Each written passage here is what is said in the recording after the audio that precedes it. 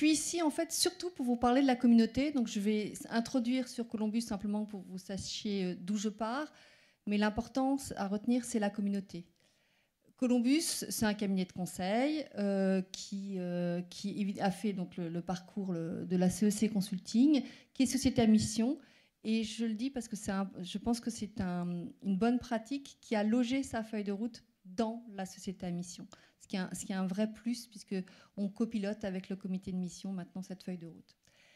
Alors, on a été à l'initiative avec Agnès Rambaud-Paquin, qui doit être par ici, voilà, les Syntec Conseil et Eric, de ce parcours CEC Consulting, et qui aurait pensé qu'un an plus tard, 1 an et demi plus tard maintenant, une communauté existe de concurrents, de cabinets de conseil, je ne sais pas si vous pouvez imaginer ce que c'est, qui travaillent ensemble pour pousser les limites de notre métier et d'essayer de faire basculer la profession et nos clients, évidemment, vers une économie à visée régénérative.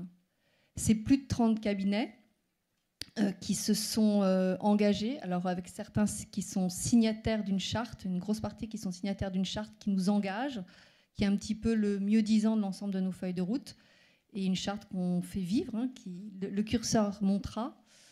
C'est un écosystème, c'est-à-dire qu'il y a évidemment des cabinets, mais il y a aussi des groupements de salariés, il y a beaucoup d'acteurs qui nous rejoignent pour travailler avec nous. Et puis, c'est aussi une dynamique de la profession, et c'est ce qu'on cherche. On ne veut pas être seulement les pionniers, on veut être ensemble. C'est le seul moyen d'y arriver.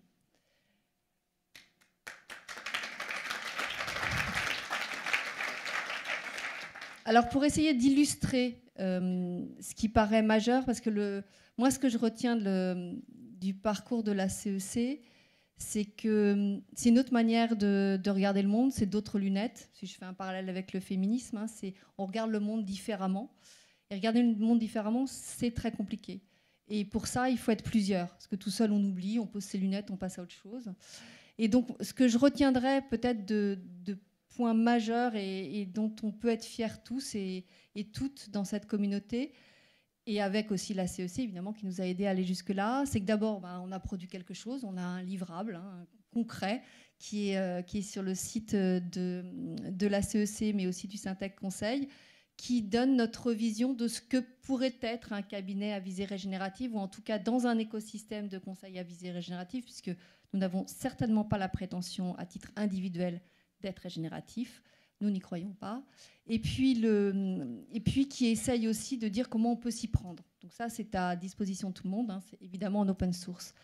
On a désormais 12 groupes de travail donc, qui mixent l'ensemble des cabinets et écosystèmes et partenaires qui veulent y contribuer, qui travaillent sur des sujets aussi larges que la mesure d'impact. Qu'est-ce que c'est que l'impact d'une mission de conseil ?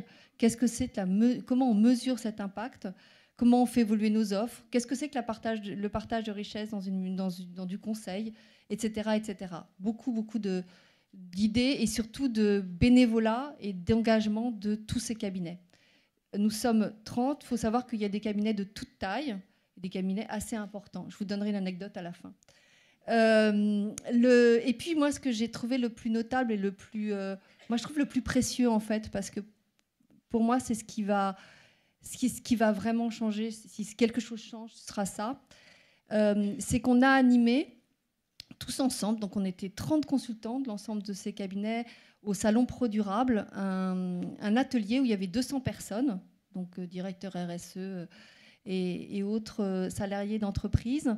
Donc un atelier où l'objectif était de leur faire toucher du doigt ce que pouvait vouloir dire donc penser régénératif et agir régénératif.